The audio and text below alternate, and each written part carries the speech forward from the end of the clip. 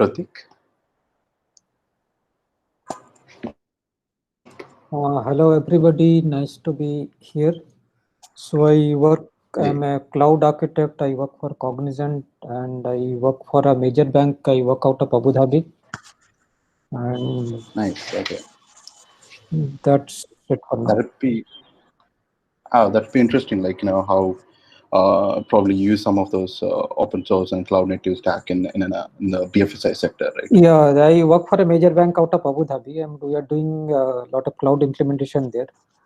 Mm-hmm. And Okay. we deploy on serverless Kubernetes. The bank has just started moving to cloud.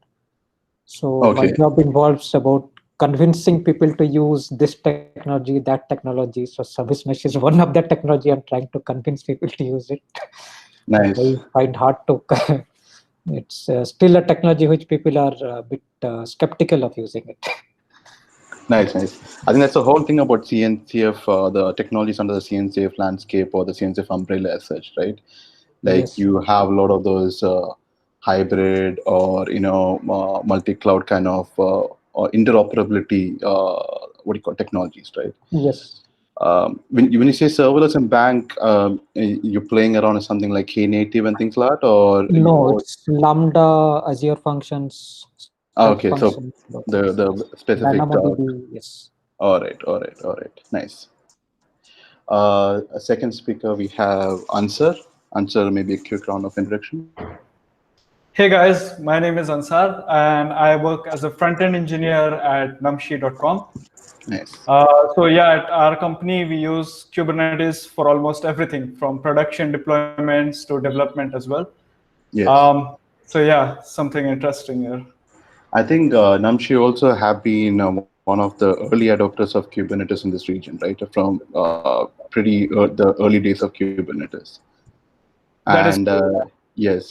So would be interesting to know how you use some of the tool chain there for the whole, CI/CD, DevOps, DevSecOps side of things. Yep. Yeah, cool, man. Yeah.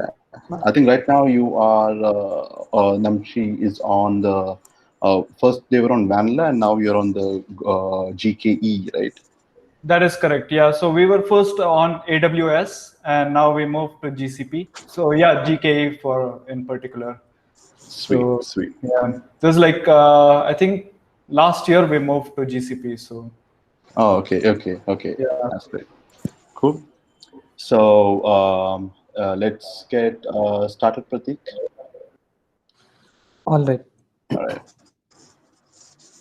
So it's present now, right? I need to present. Yeah, you can go on present now. Yes.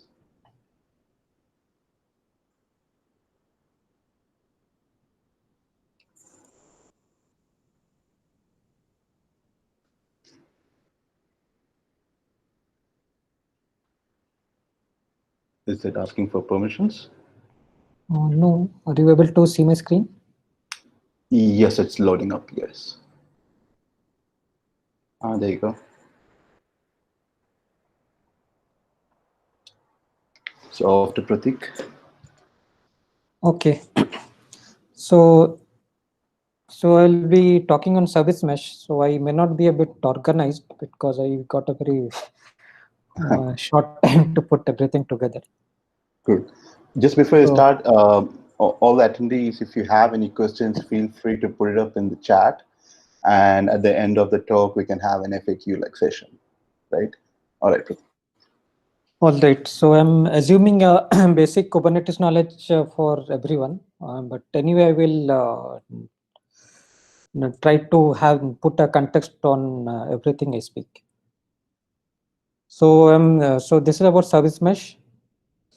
So service mesh is about communicating between microservices. There is a related pattern called API gateway, which is more popular and more used. So API gateway is for communicating to service from a consumer application or a user who is outside the secure network, and service mesh as opposed to it is communicating between services. So it's one commonly used term is north-south traffic for API gateway and east-west traffic for service mesh. So this is the definition I will start with. It's a design pattern used in microservice applications for service-to-service communication. So let us see what it is. So I will I will start with a small example and then introduce some of the core concepts. I will take Istio mostly as the service mesh, but other service meshes also work similar. So you should be able to relate to those. So why do I need a service mesh? So some of the functions of a service mesh into more or less 4 categories.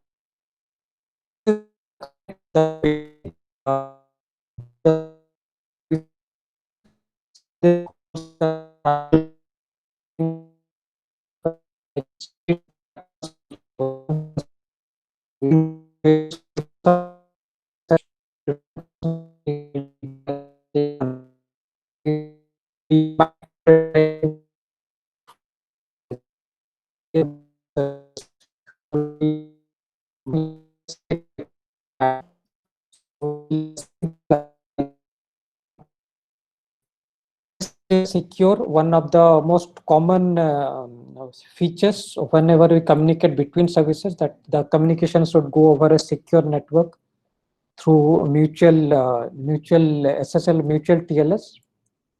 So both the server and the client trust each other.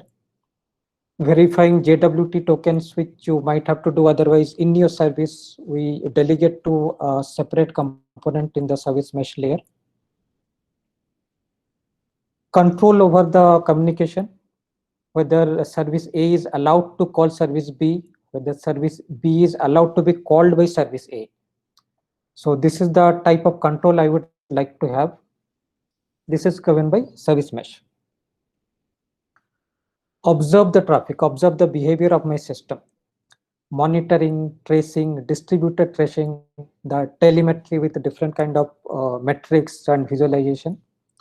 So all these functionalities are covered in a product as service mesh.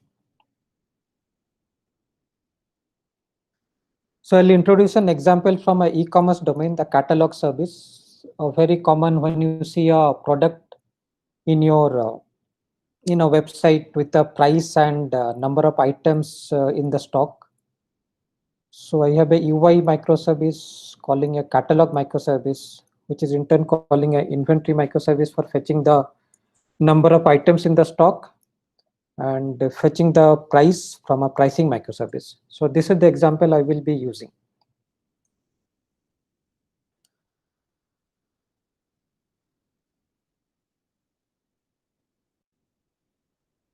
So I'll just show what I have.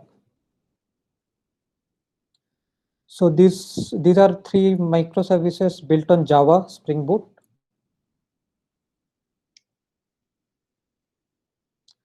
Very simple logic with the in-memory database, but communicating over REST APIs. I have a Kubernetes manifest with deployment and a service. So you can see the deployment object, the catalog service calls the pricing service and the inventory service. So I'm taking the URLs in the form of environment variables and the service object.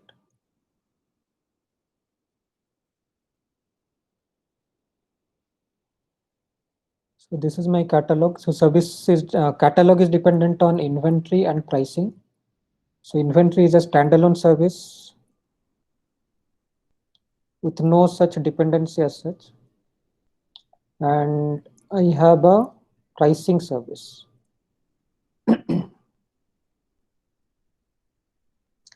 This also doesn't have a dependency, but for pricing service, I will have 2 versions of the service to demonstrate the canary or the traffic splitting features of Istio.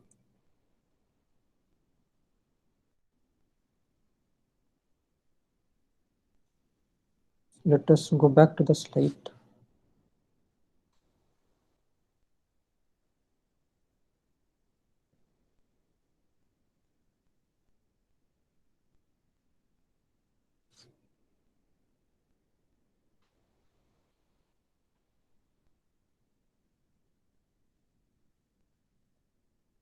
They lose it.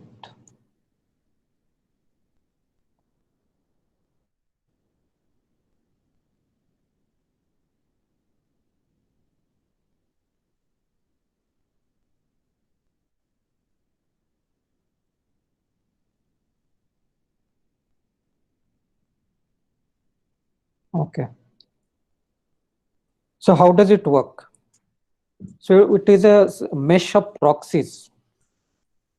Proxy is the behavior of a proxy is very similar to what you are familiar with the typical HA proxy or Nginx proxy, which does some kind of reverse proxy kind of behavior.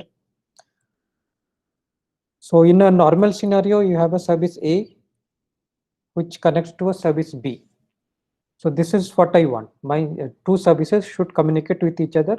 Service A is making an API call to service B. When I bring in a service mesh, before that, why I need a service mesh?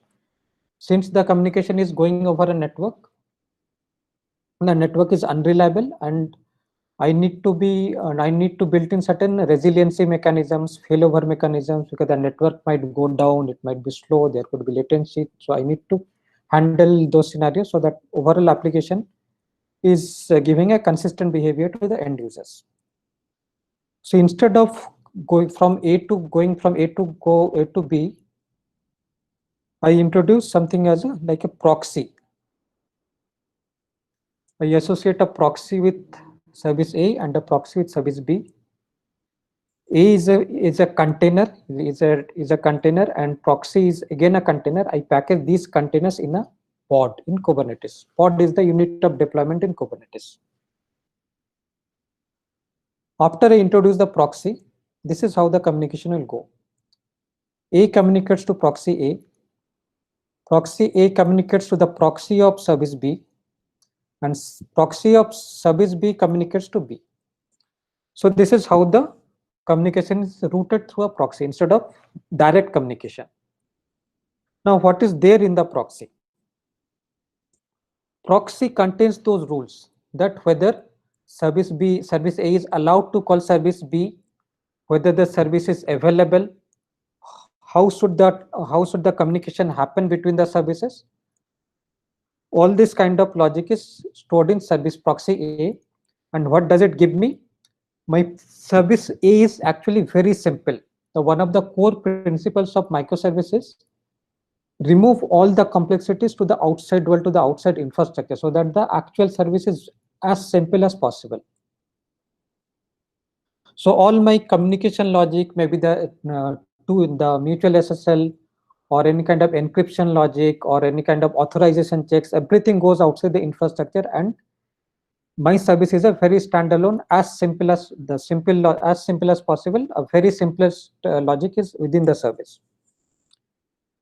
Now, how do I update proxy A and how proxy B? How do I put in the intelligence? So that is done through a component called the control plane. So in the control plane is a single place where I define all these rules, and then I will push these rules to the different proxies. So control plane is the management layer, and proxy A and proxy B, this is called the data plane. So proxy is again implemented by different softwares. One of the common softwares is Envoy proxy, which is used by a majority of the service mesh providers. So I will, since I'm covering, mostly I'll be using the example of Istio. So we'll be talking about Envoy proxy only.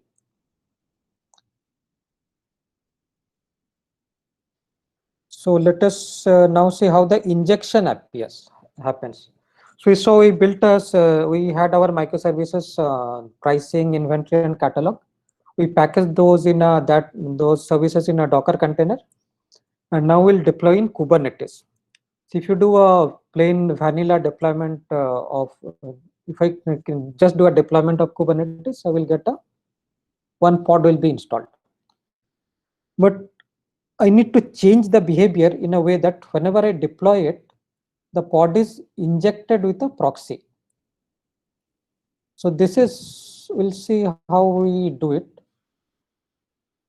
most of the service meshes have a mechanism called they inject some kind of behavior either in the namespace or in the pod or in the container itself. So by looking into that, the Kubernetes environment knows that the proxy has to be injected. So in the Istio world, we associate a label with the namespace, with a particular namespace. So here I have associated a label with my default namespace.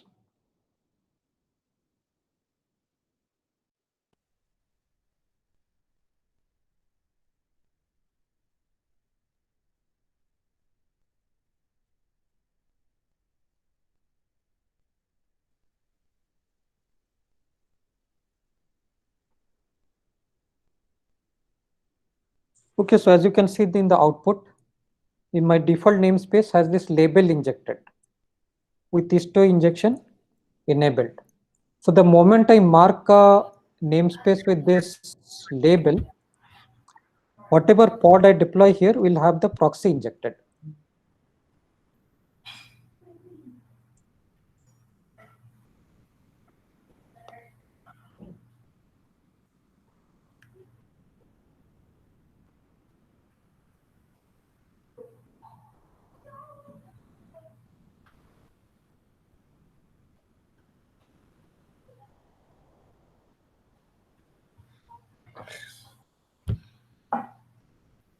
So I will run this one file which has all the deployments and the services.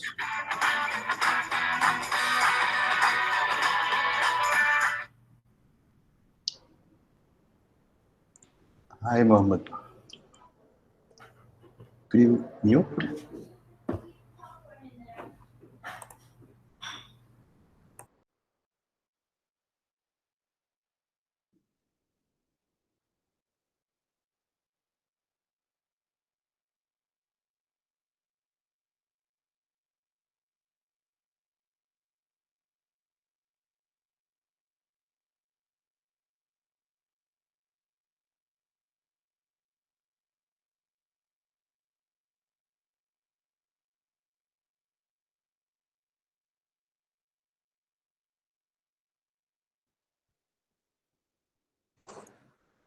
I think all this, I had already run this.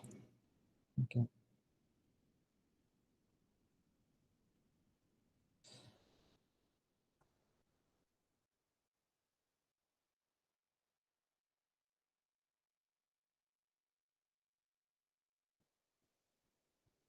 So as you can see, my pods are listed here, the catalog, inventory, and pricing, and each of them have 2 containers inside them. So if I get inside, describe these pods.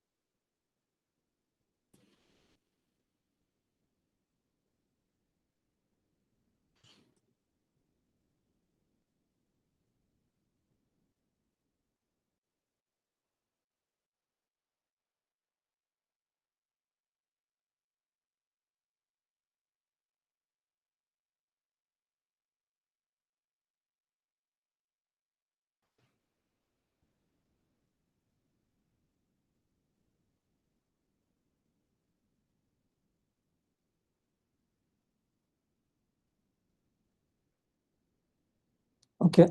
So in the list of containers, you can see our service listed here, the catalog service, and the Istio proxy injected here. Okay, now we go to, yes.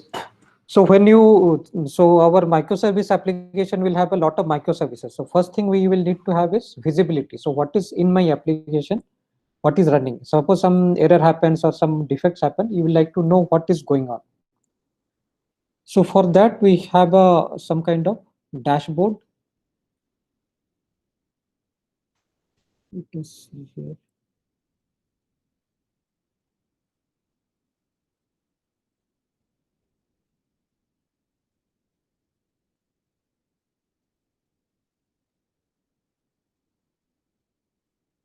Okay, I'm sending a series of sending some traffic here.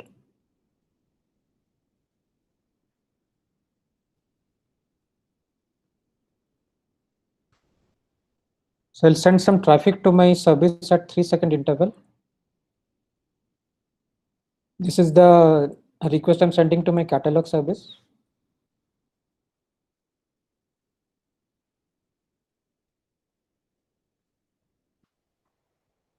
So this is another feature which Istio gives. This is the Kiali dashboard. So I can visualize my traffic here, that how the traffic is flowing between the services.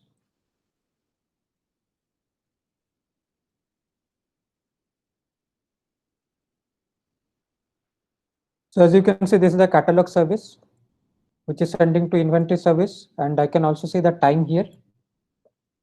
And I have two versions of my pricing service. So one is the old, another is new. So I can click on this.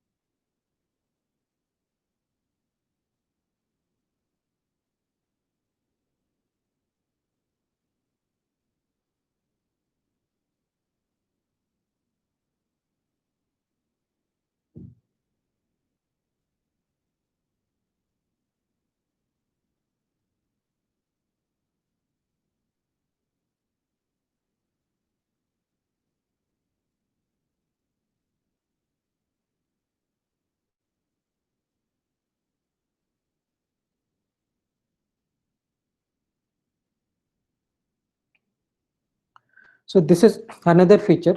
So by default, 50% of the traffic is sent to the old version and 50% of the traffic is sent to the new version.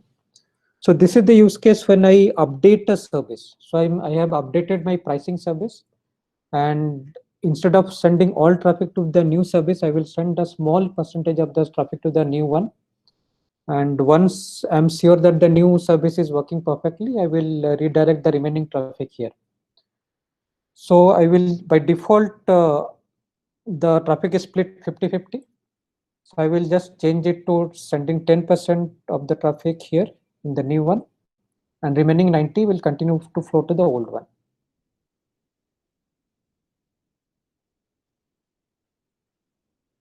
So this is the change I have made here. So now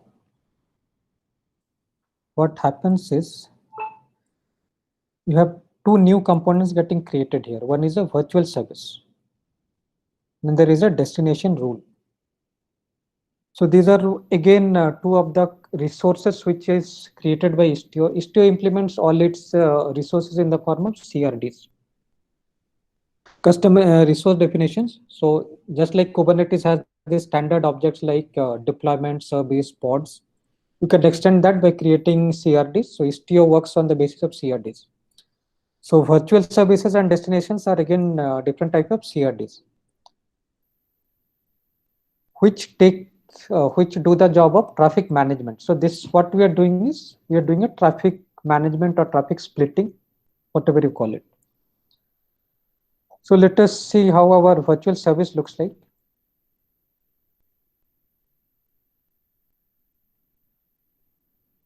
So this is the YAML which has been generated.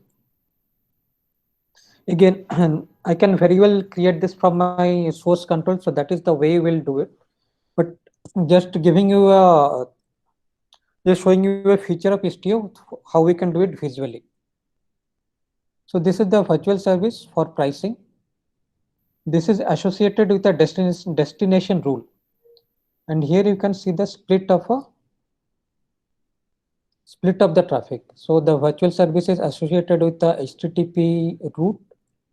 So this says that any request to the pricing service will be routed to this destination, and the traffic will be split 90% to a subset named old and to a subset named new. And this particular subset is defined in another resource called destination rule.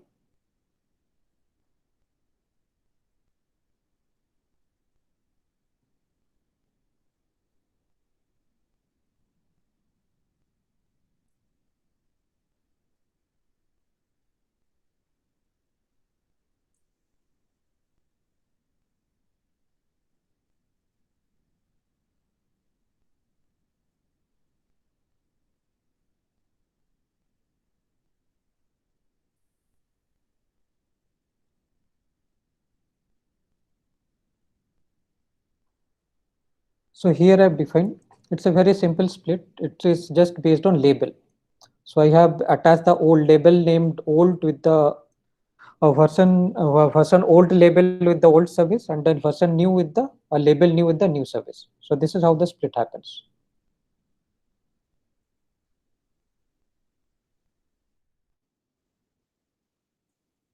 So coming back to the slide. So this is again Kubernetes versus Kubernetes plus Istio. So normal Kubernetes is, we have a service managing a set of pods, and the traffic is routed on a round robin basis. And we have a deployment object which takes care of the deploying or creating the set of pods and managing the self-healing with all kinds of rules. And service manages the routing and the access to the pods. Because pods are ephemeral, it can go down, go up. So service will ensure that you have a static route for accessing the pods. And the default distribution of the traffic is round robin. So if you have 4 pods, you will have 25% of the traffic going to each. What we saw is, we added a virtual service and a destination rule, which gives you more control that how you are distributing the traffic. We are splitting 90% traffic to one and 10% to the new one. If you were not using virtual service, you can always do in Kubernetes. But in that case, you have to do this mathematics, that suppose I have to do a 9:1 split, then I will create 9 pods of the old one and 1 pod of the new one. So that is that maths you need to do. So Istio gives you more control over this by use of virtual service and destination rule. There is one more useful component called gateway, which is used in service mesh gateway, which is used for traffic management. So gateway is used for communicating with services with requests which originate from outside the mesh. So the traffic flows from gateway to inside to the inner services of the service mesh. And using the gateway, again, you get the benefits of traffic splitting, which you don't get in a normal Kubernetes ingress.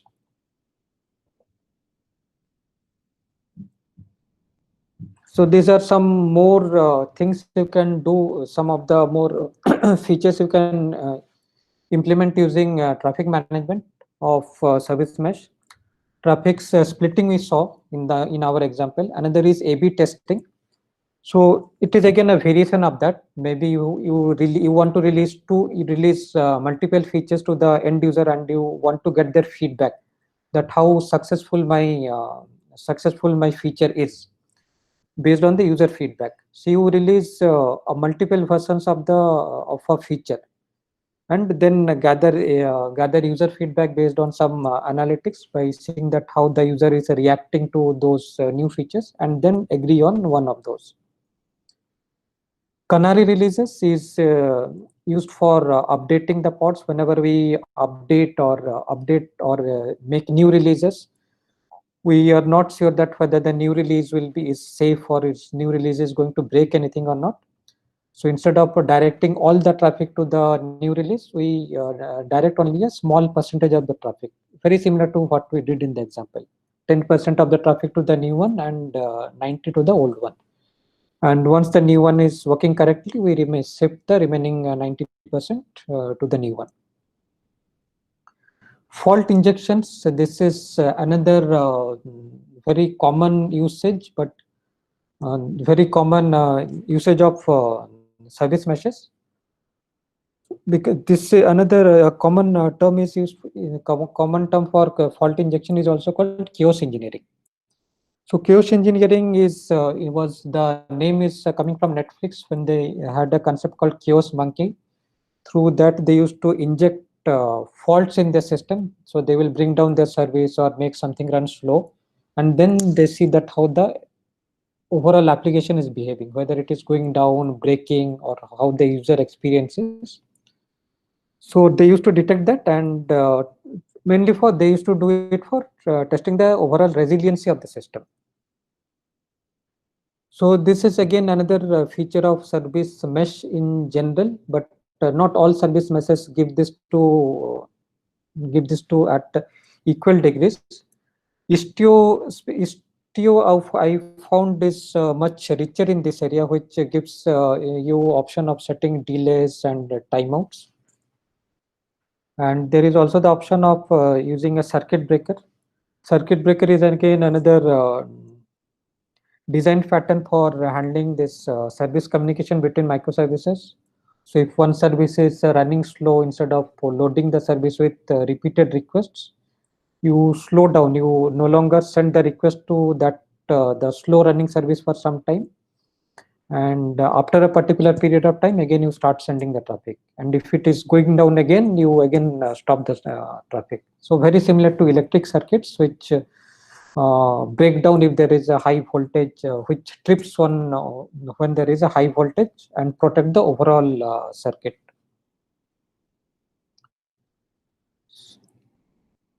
So let us see some of the, okay, I'll just cover authorization and again just come to the manifests.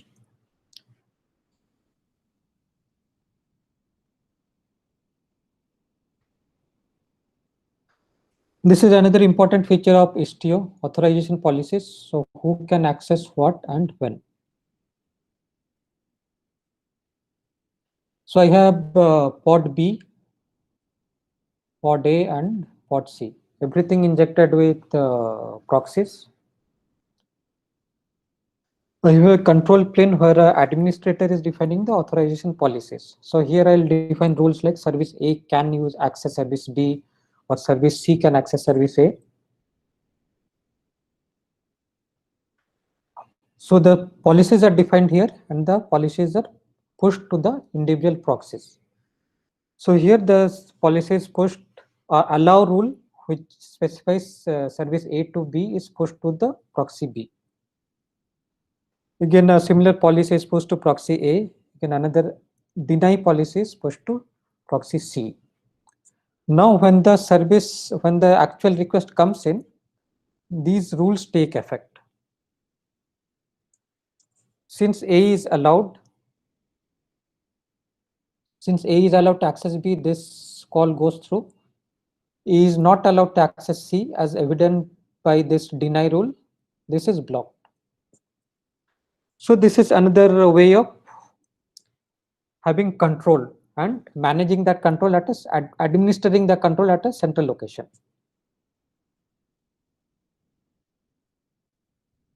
So let us see some of the Kubernetes manifest, how they look like.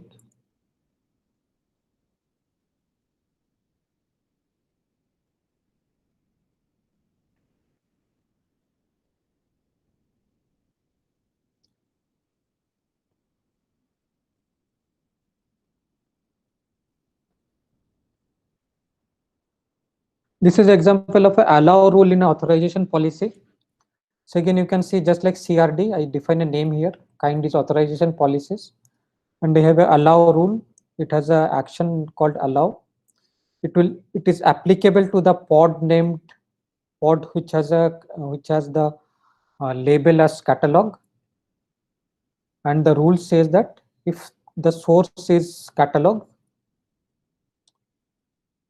in the destination I say allow get methods when the request headers contains v1 or v2. So this is how we define a action and associate with the rule. Some of the other examples, traffic control we saw earlier. We had a virtual service where we mentioned that we mentioned multiple destinations of the request. 90% of the traffic will go to one destination and 10% of the traffic will go to other destinations. These destinations are controlled by another CRD called destination rule.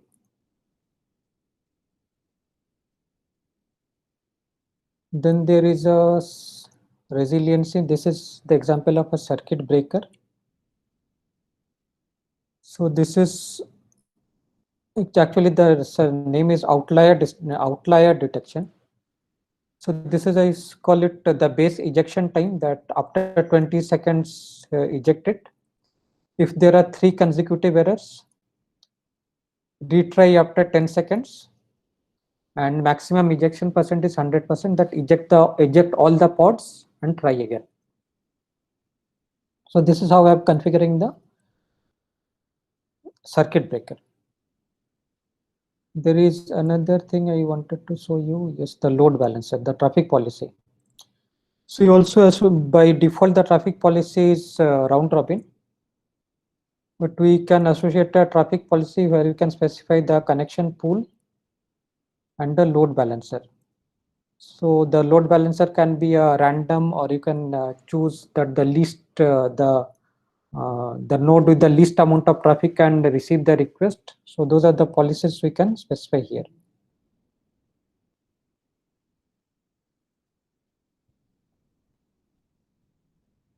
Mirroring is again another variance of canary releases.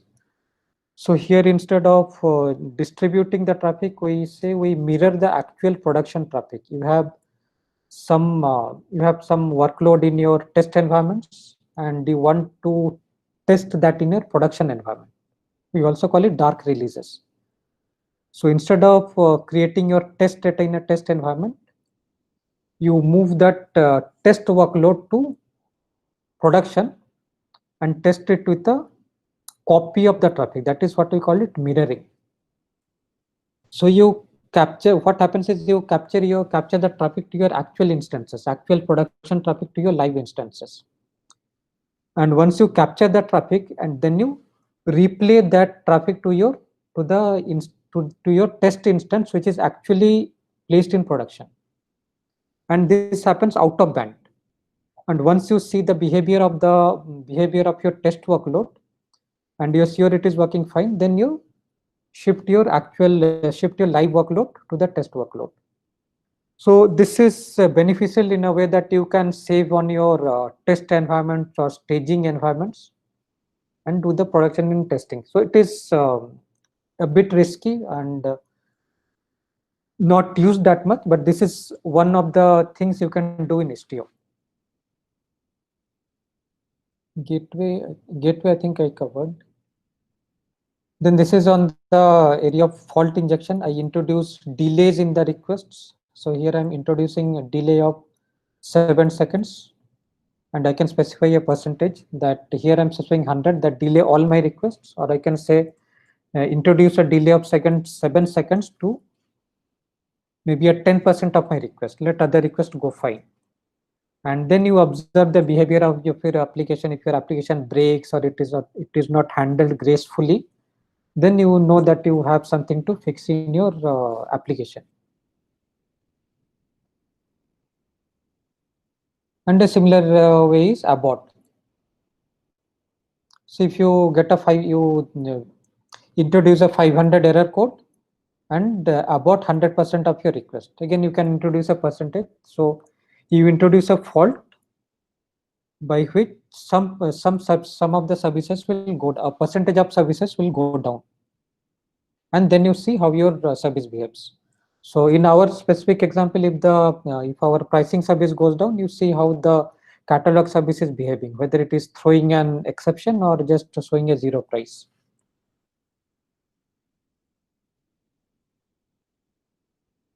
Let us go back to the slide.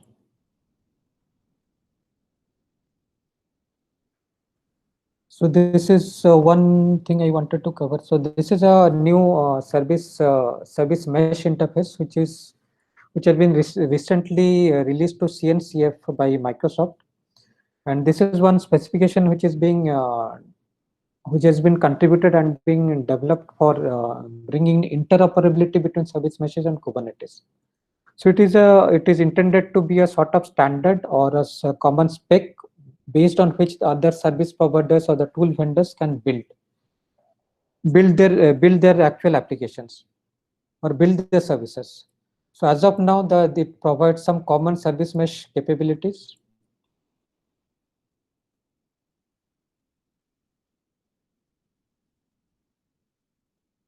Which is traffic policy, traffic telemetry, and traffic management. So these are the common services which is available as SMI.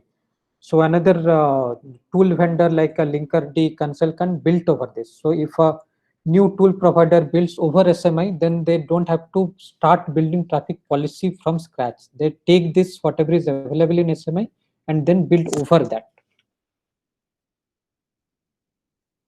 Open Service Mesh has been recently released, I think last month, as a reference implementation of SMI. These are the projects under CNCF for the service mesh area. Popular, we saw Istio. The popular ones are Consul and Linkerd. Kuma is also gaining a lot of popularity. Istio is still not contributed to CNCF, but it is under a different, I think it is under a different open source, but it might come in future. Again, most of them are working on the basis of Envoy proxy. But some are a bit open, like Consul has a open, Consul can integrate with other proxies, including Envoy. And Linkerd also has its own proxy. And then there are service meshes under the cloud providers. Under AWS, you have your app mesh, and under Azure, you have the service fabric, but it might get replaced with this reference implementation, the open service mesh. Developer skill sets, if you don't want to get into details of the Istio or the service mesh, which is more of an infrastructure layer, at a developer level, if you are a microservice application developer, you need to know, you can build your skills on that, how to adopt Canary or how to do A/B testing with traffic splitting to test your microservices and to release your microservices gracefully, or also to integrate with your CI/CD toolchain. Then you need to understand key metrics for telemetry tools for tracing, visibility, and monitoring. So you need to understand Grafana, Kiali, Prometheus, then Jaeger, which are again integrated with the service mesh Istio. You need to embrace fault injection. You need to test your microservice applications for failures, again under the area of chaos engineering. Some takeaways. Service mesh is used for service-to-service communication. Key features are fall under these categories. One is the connect for traffic management, secure for securing with the mutual TLS and JWT tokens. Again, you don't handle this inside the service, rather you handle it in the infrastructure layer. Then control which service is allowed to control which which service. Observe the telemetry and observe how the services are flowing, observe the metrics, and then take mitigating actions or whatever needs to be done to fix or get alerted by any abnormal behavior. Traffic management. We saw the under traffic management comes splitting up the traffic, canary, A/B testing, and fault injection. Lastly, the ideal state of a microservice is the microservice should be as simple as possible. It needs to be scrappy. We should not be spending a lot of time on building a perfect microservice. So just a working microservice is enough, because microservices are because the requirements keep coming, and you should be able to throw away your code and again build a new microservice. So that is the way you should write. And if you have very simple microservice, it's easy to do that. And if any fault happens, defect happens, since you have very less code in your microservice, you should be confident enough to say that my microservice doesn't have anything, and the complexity lies outside, and you go into infrastructure layer to debug your defects. So that is what I call scrappy code, scrappy but working code in microservice. And also ephemeral code. You should write a code which you should be confident enough or comfortable enough to throw away and write a new code, because all the complexity is outside and your service as such is very simple. And service mesh is one of the options and one of the key enablers to achieve all these attributes of a simple microservice. So I think that's the last slide. If you have any questions, I can take. Otherwise, Yeah. Thank you very much, Pratik. That was a very interesting session. So now we can get into a quick FAQ. If anybody has any questions, feel free to throw them out. You can come on the mic and let me know your questions. Some from my end, Pratik.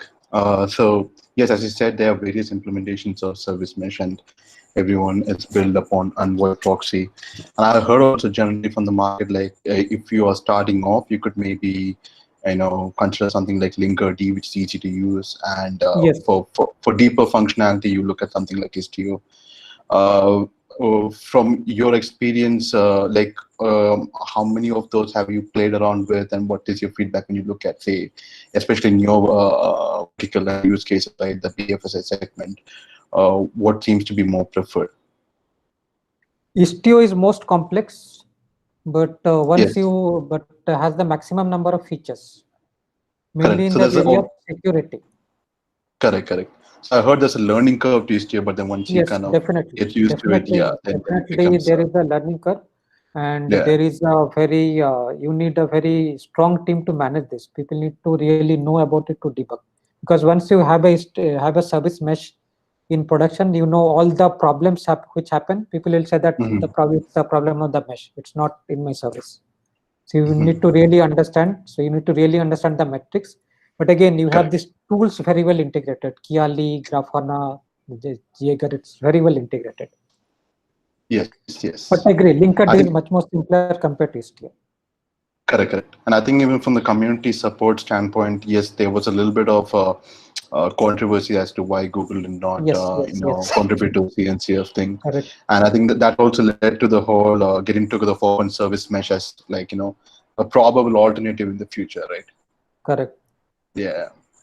But they're hoping to resolve that by December, because there will be some more members from the Google numbers will be less in the board, so they expect to get Istio in CNCF. And they released a new version 1.7, so the releases are coming. So that's not, need not be afraid of that. Correct. And when you talk about chaos engineering, right? Like it's a very what do you call? I wouldn't say trending, but well implemented practice when it comes to internet flavor of companies, because they have a certain level of fault tolerance when you want to say do something like that in production, right? How does the BFSI sector look into chaos engineering? Like what is the tolerance level when you look at injecting fault in production environments? Not in production environment, because you see, I handle the retail banking application, our banking website. So that is, we are moving to Kubernetes. So, and we have a lot of downstream systems, downstream applications, like core banking applications, which may or may not be there at some point of time. So whenever you present a user's dashboard that I am seeing a set of account balances, one service is down. Suppose my loan service is down. So it should not be that the user gets a blank page. Let Correct. him see his savings account details instead of the loan accounts. So if the entire dashboard is going down, then I know that my application is not resilient. Then I go and handle those exceptions in my system. So that is a way of Okay. testing. All right. So my developers need not bother about that. Even my testers can do that. So there's a strong culture of, say, SRE being like in terms of setting up a team, or like in terms of adopting some of the SRE principles as like a cultural practice, which is being implemented. So you handle this newer ways of handling, downtimes. Yes, it's actually a culture change. When you say DevOps, it's again a culture change. Correct. So separate CI/CD team, separate release team, separate test team. Everybody is coming together into a single service team, and people have their roles. Correct. And Correct. as part of a release, everybody plays that role. So developers does that. Then as a tester, you will inject faults instead of running your test cases or doing something like a random testing. You do inject faults and then test the resiliency. So this is how the culture is changing. Culture of releasing a software is changing. Correct. Correct.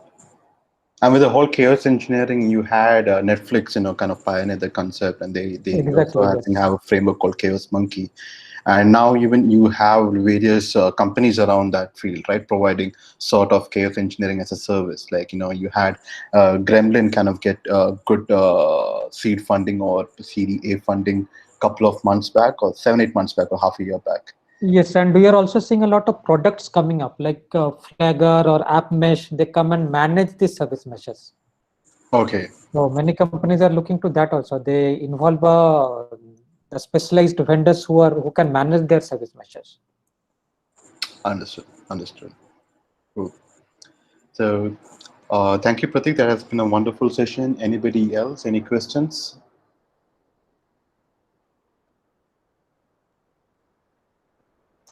All right. So I guess we can move on to the next session. I'd like to invite Ansar. All right. Thank you so much. All right. Thank you, Pratik. It's been a pleasure. Hello, guys. No. Just start my presentation.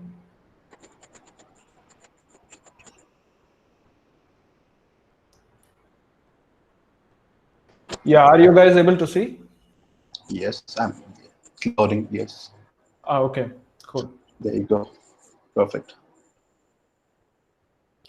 All right, so hi guys, thank you for joining today. And in this talk, we are going to talk about the local development setup with Kubernetes.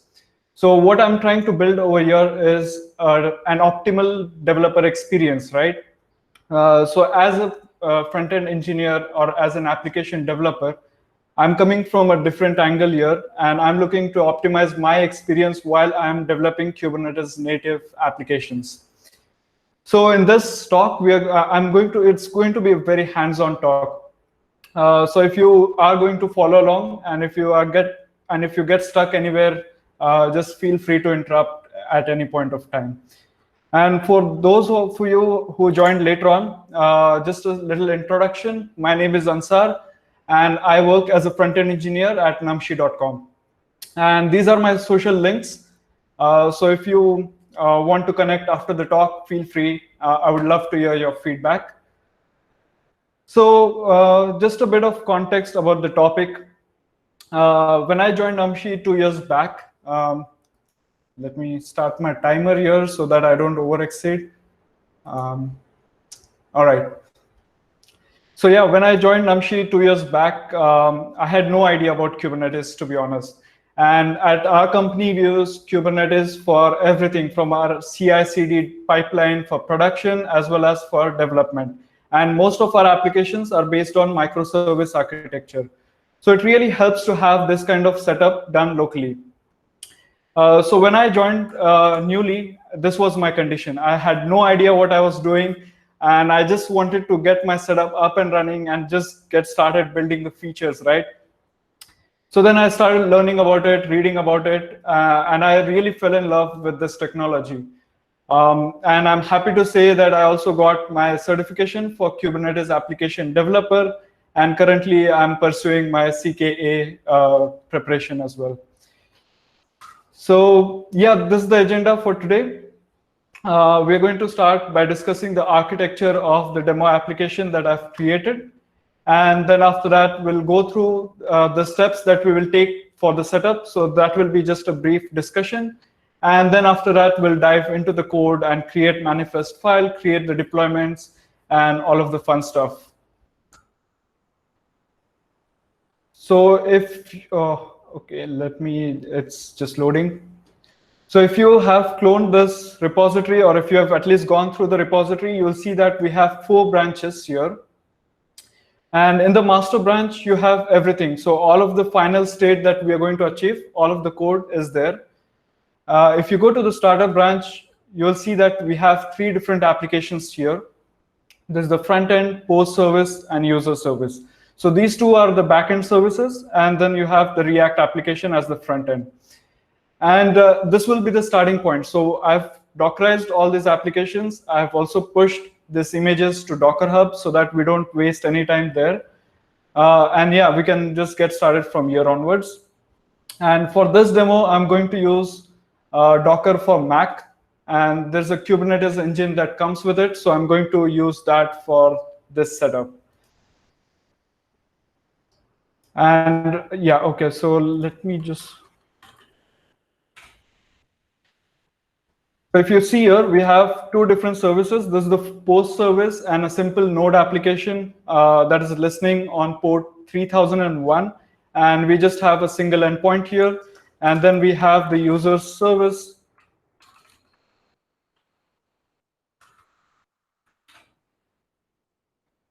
which has 3 endpoints, and it's listening on port 3002. And if I just open this,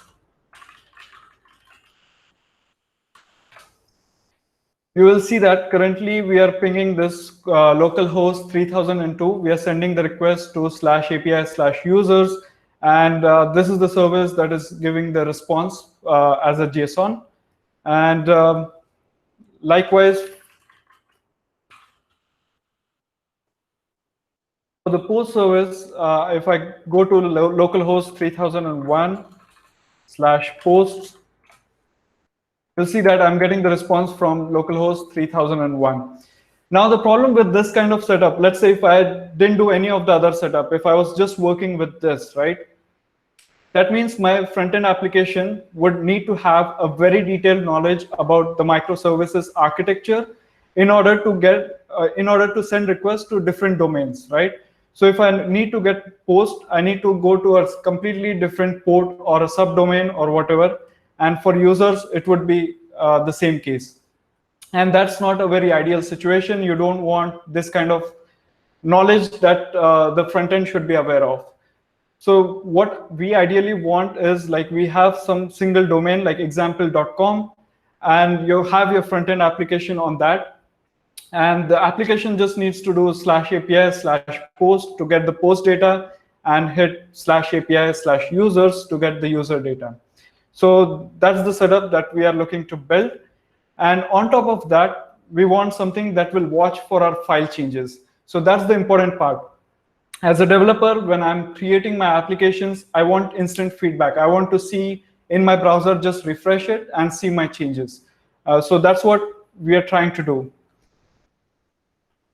Let me close the instances here. All right. And before we move on to discuss the steps, I wanted to just take a brief moment to discuss about the services so that we are all on the same page. And Pratik has already given a really good introduction to services, and he has spoken about service mesh, but I'm going more basic level here. So you already, oh, all right. So you already know that when we deploy our applications, it gets deployed in a pod on a worker node, right?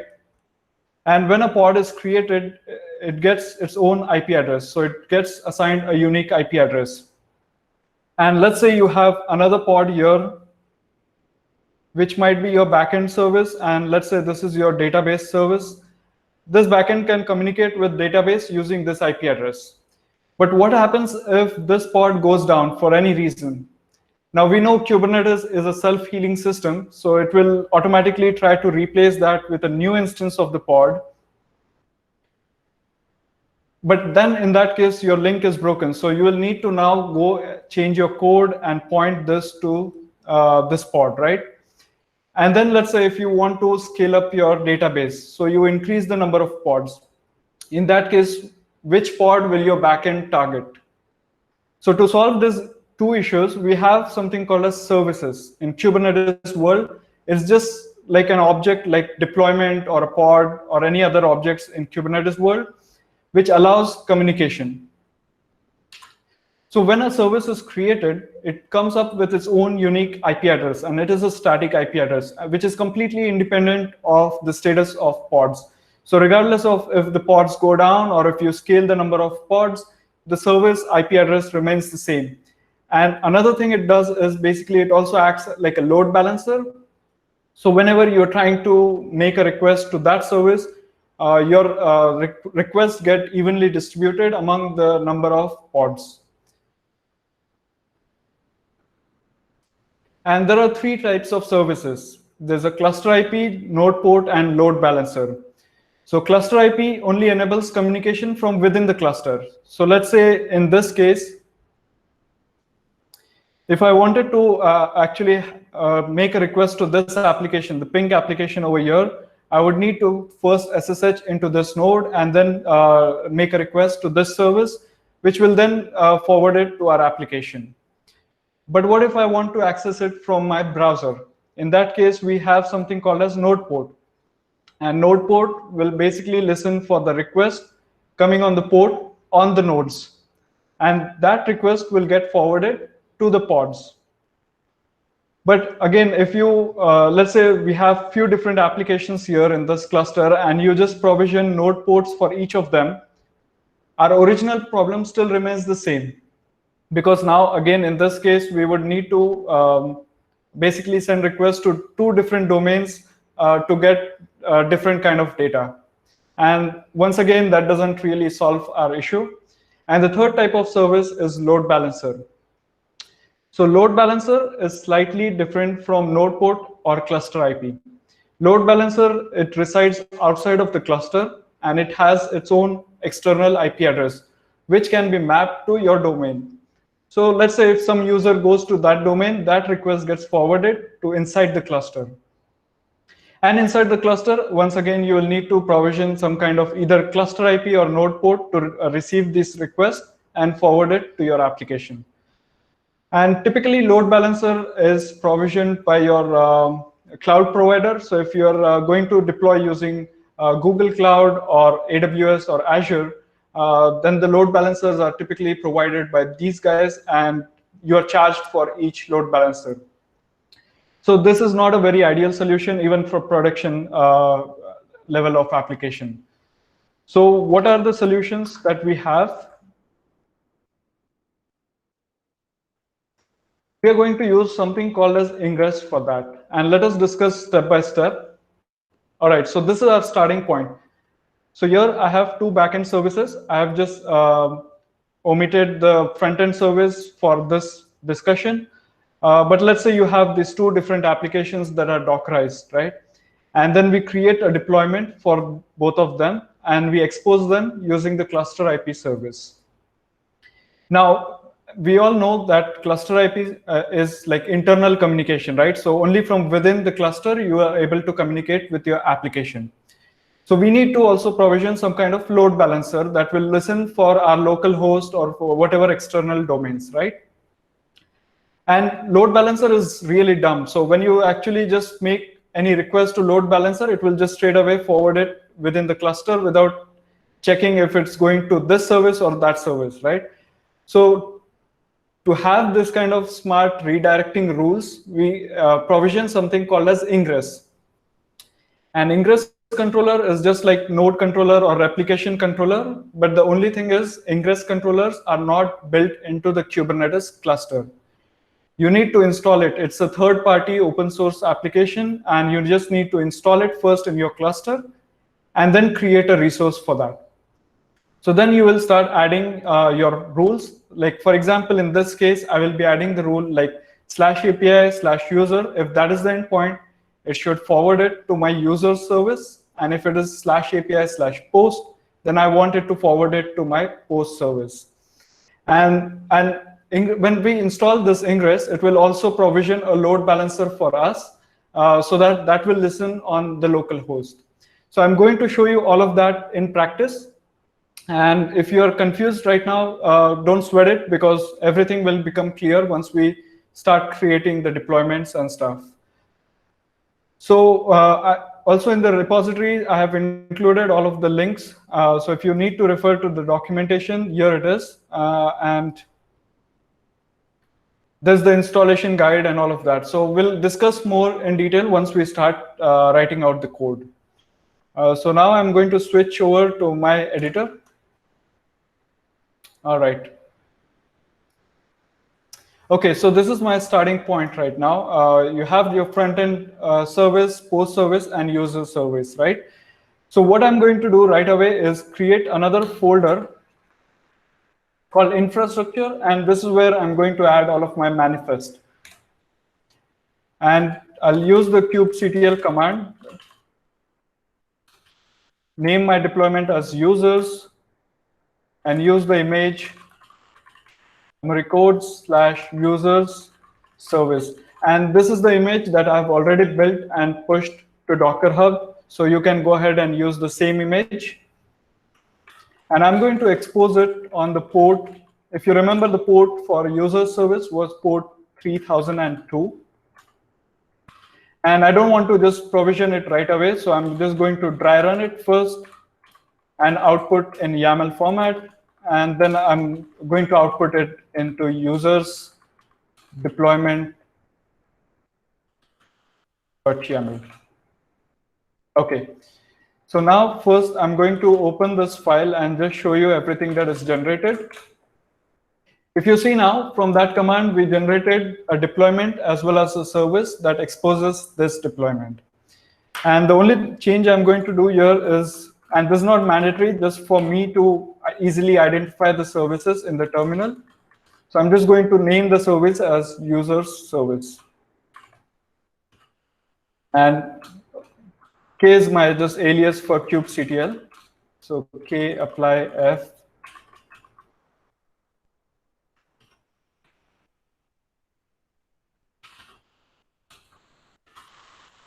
And now if you inspect the cluster, you'll see that we have our user service, we have the pod that is running, and we have the deployment here.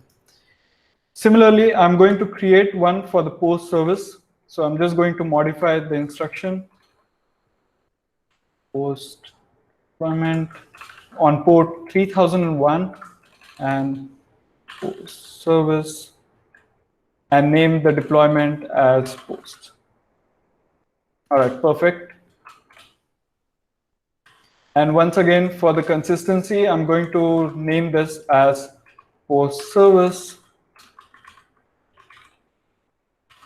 and apply this. All right, so we have both of our backend services deployed in our Kubernetes cluster. So now we need to go to the next step. If you remember, our next step is, so we are at this point, we have both the cluster services, cluster IP services ready. And now we need to provision Ingress controller. So I'm going to go to the documentation here, and you'll see that there are instructions for all the different providers here. You can even use it with Azure, GKE, or AWS. In this case, I'm going to use with Docker for Mac. And this is the same instruction for Docker for Windows as well. So just copy this command, go back to my editor, and paste it here. And it's just a simple file, just like other, hold on.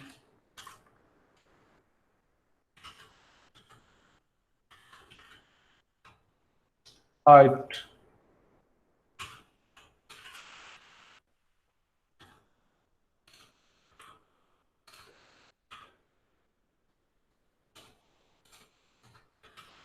So before starting the presentation, I was just creating the setup locally, and I have another instance of Ingress Nginx running here. So I'm just going to quickly delete it and reinstall the whole thing. All right. So as you can see, this is provision for our service account, namespace, and the services. Let me show you real quick. Share the screen. Okay, get S3C.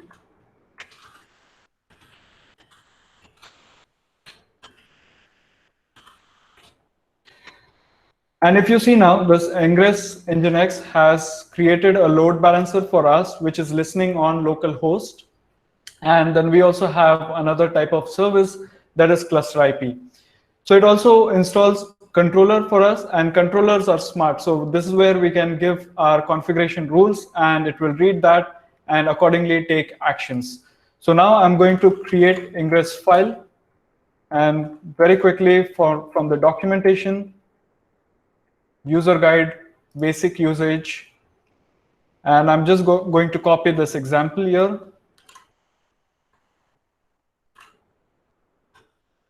All right, so let's start with renaming it.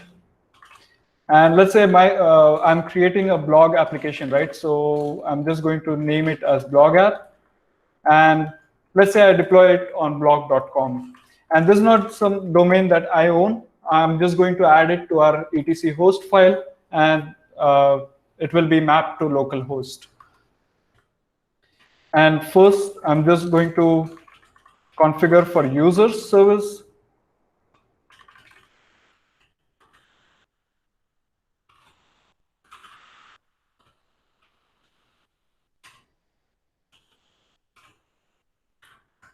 And then similarly for the post.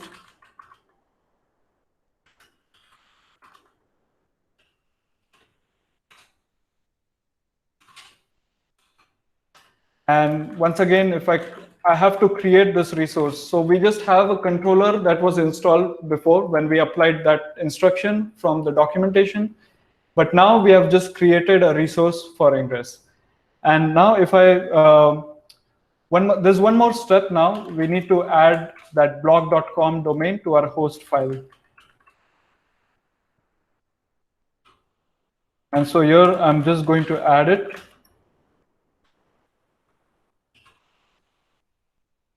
And if I go back to my browser, I hope it works. You'll see that our users service, we're getting the response from there. And if I just hit post service, I'm getting the response.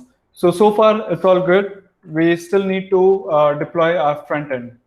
So similar steps for the front end as well.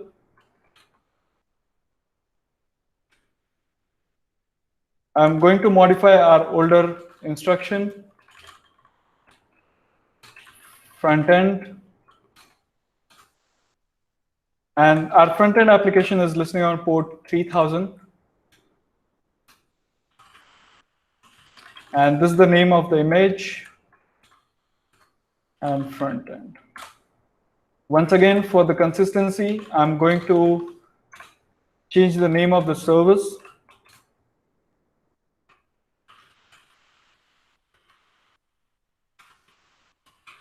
And once I deploy it, now it is deployed. We have the deployment ready. We just need to add the ingress rule for that.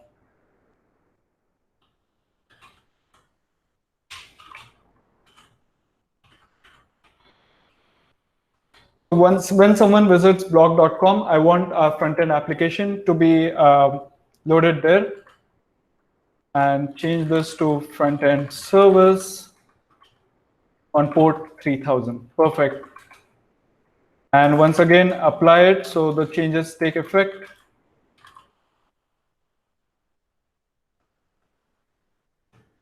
And let's hope it works as well. Blog.com. Perfect. Our user service is working. Let's go to the post, and our post service also is working now. And if I open any one of the user, that takes time because it's not coming from mock data. Perfect. So now the only thing that is left is our scaffold tooling. So basically right now, if I make any changes to my code, I will have to go through the whole process again. So first I will need to build my image. I'll need to push it to Docker Hub. I'll need to roll out a new deployment for that. And that's actually very unproductive. I cannot function as a developer just like that. So I need some kind of tooling that will watch for my file changes, take care of syncing my changed files. Also, like if I install something, I need it to automatically build the image, push the image, tag the image, and run the container. So that is what Scaffold does. Scaffold is basically open source project from Google, and it's mainly used for development purposes. It's like command line utility, and it will also like function as your CI/CD pipeline. So all right, so I'm just going to do that. Go back to the documentation here, and so as you can see here, there are installation instructions for all the operating systems. So if you don't already have it installed, just go ahead and install it. I already have it in my environment. So for Mac OS, I've already installed using Brew. And yeah, let's see what happens now. So generally, when you are initializing your scaffold, you initialize it at the root of the project. And then what Scaffold does is it looks for all the folders in the project and tries to automatically infer a lot of the things. So I'm going to show that in action here. Yeah, so exit this folder. And if you see now, I'm at the root of my folder. So clear the screen and run Scaffold init. And if you see now, just from reading and looking at those folders, it has seen that, okay, there are some Docker files detected, and it's now asking me if that's the file to use for building the images. So I'm going to hit yes, yes, yes. And you'll see that this is the file generated from that. So if I just hit yes, you'll see that there's scaffold.yaml that is generated here. So clear the screen, open this file, and what it will do is, like for building, you just need to list out all of your artifacts. So here we have image context for all of our applications, this for the front end and post service and user service, right? And then these are the manifest. Automatically it detects, okay, so all of your deployment files are in this folder, right? Infrastructure. So it has already listed all of that for us. There's just one small modification that I want to do, because if I run currently with this setup, what will happen is with each change in my code, it will try to rebuild the whole image and rebuild the container and all of that. Now, as you know, that takes a lot of time, and that's not very ideal. What we want is basically, if we make any code changes, Scaffold should just pick out that file and copy it within the container, so that the container or the pod is already running. We don't want the pod to rebuild and restart, right? We just want that file to be synced inside that. And that's exactly what we are going to set up. So if you see in the documentation, and this is something that is still in beta, but very useful feature, there are three options for file sync. There's a manual, infer, or auto. So in manual mode, you can actually give it the SRC or destination, like your source for the file or the destination. And you can also use the option for infer, where it will automatically read your Docker file and infer where to place the newly changed files. So I'm going to try out with the infer as well as manual mode. So for one of the service, I'll use the infer, and for another one, we'll use manual mode. All right, so yeah.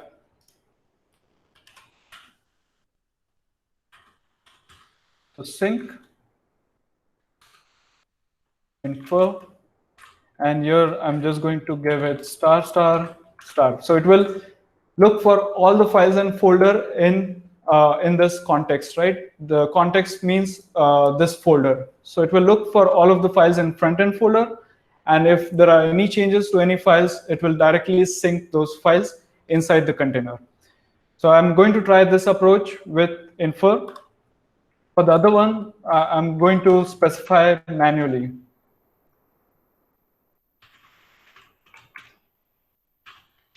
And that takes an array of source and destination files. So you can have multiple source and destinations. In this case, my code is in source folder. So I'm going to give it an instruction to watch for all the JavaScript files in the source folder. And the destination, we'll just give it this path, so it will copy in the working directory of the Docker file or the Docker container. So just copy the same thing. Oh man. Manual src.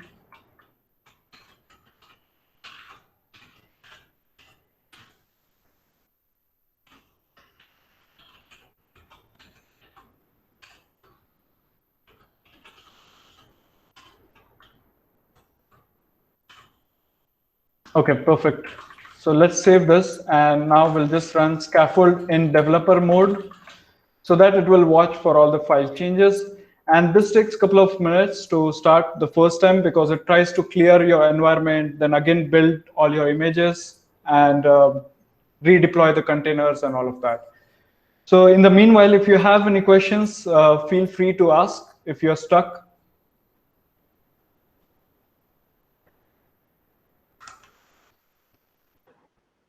Yes. Anybody, any questions? Shoot away.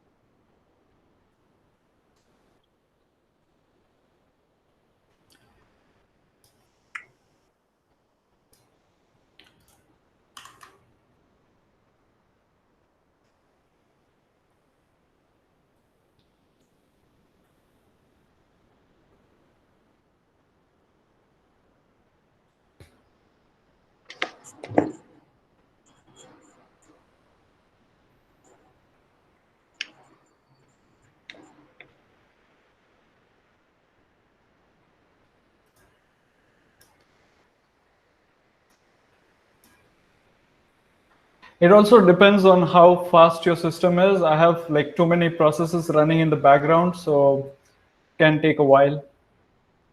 Mm-hmm. But this is just the first time, and after this, it's very quick. Okay.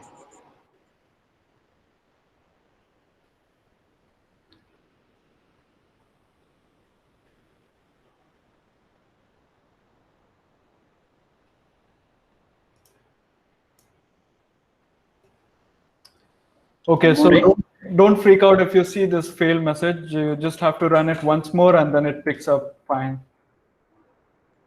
Mm-hmm. Right, so as you can see, I have logs from all the three applications here. There's a front-end, post, and user service.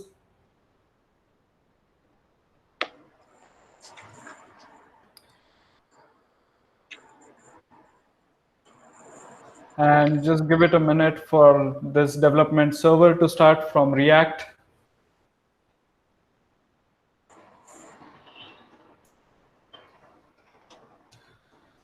All right, so it's working now. And if I just refresh just to confirm everything is working fine, it looks like everything is working fine. And if you can see the network tab, we are hitting /API/users. And if I go on post,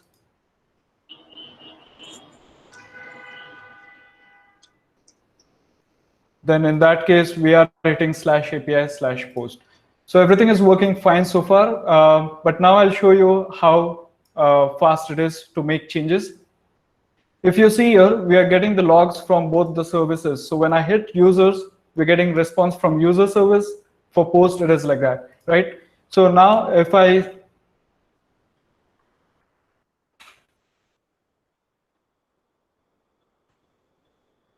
let's say I change the log from here and change this to something like hello world. excuse my spellings here. But if you see now, let me. All right, so if you see there, I changed one file and it synced that file inside the container without actually rebuilding the whole container.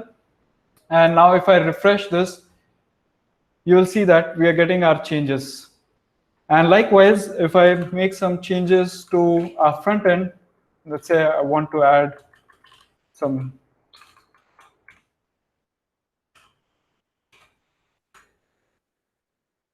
You'll see that now my background turned black. I mean, that's really fast. And it also supports hot reloading and all of that cool features that React comes with. And also the good thing is if I just now close the connection, Control C, it will clear out the entire deployment, entire cluster will be killed. And then your environment is clean for the new project. So that's Scaffold in short. Yeah. I hope that helps. Oh yeah, thank you, Ansar, for a very detailed, informative session, and appreciate putting up all the instructions on GitHub so that the community can look it up and give it a try. We have some questions in here. Yeah. So we have Abraham asking, how much time would you suggest dev teams would need to get familiar with Scaffold and integrate into their existing pipelines? Okay. So basically, I'm a front-end engineer, right? And for me, the way I started using it is by just using like one instruction. So I only used infer feature. I didn't go through any of the other documentation. I just started working with it. And I think like that, you can just adopt it progressively and then try to explore other features that come along with it. Yeah. Oh. So say when you look at existing CI/CD pipelines, right? How would Scaffold fit into that picture, or do you, as you said, adopt certain features incrementally, or is it like an all-in or nothing adoption? So personally, for me, like I would use it mostly for development, right? Like I don't work in a SRE team, and generally, like for us, once we test everything locally, we then go ahead and deploy the actual image to GCB, and then it picks from there, and our pipeline is built by SREs. So I'm not intimately aware of all of the details there. But for me, like because before this option was not available with Scaffold, and I think we were using like micro K8s in our company before, and that didn't really work for Mac OS. It was only for Linux. And I had to use something called as Docker Compose to compose all the containers and things like that. But with this one, I find it's much easier, especially if you're working with microservices. Makes sense. Makes sense. Yeah. Anybody else? Any questions?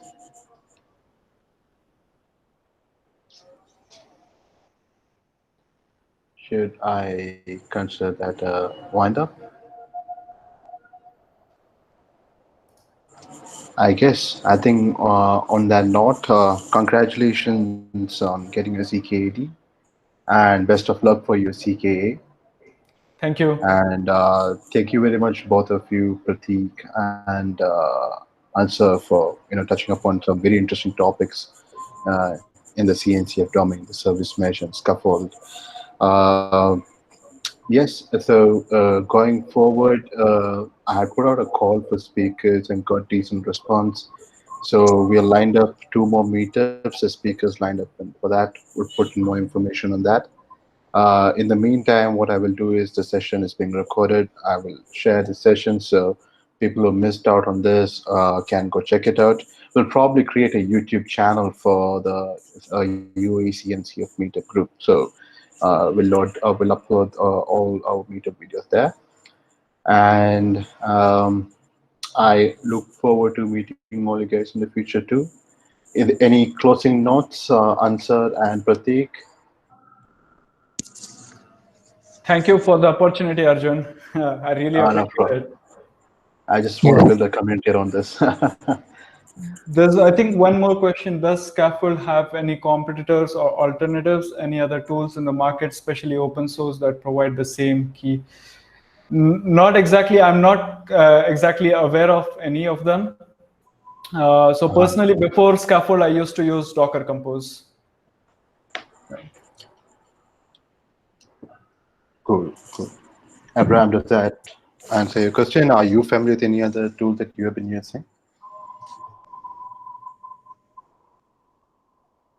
Nope. Okay.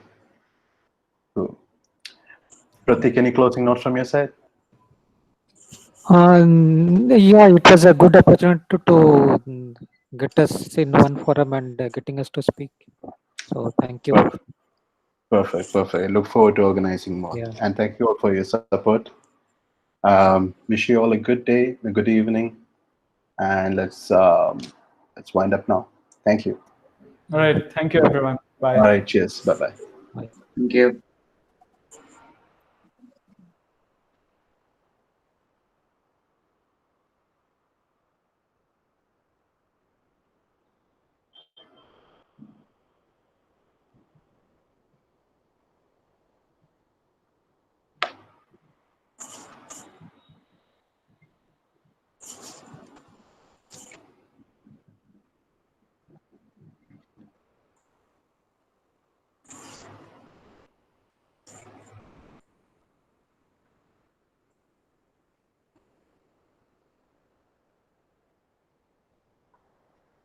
Students.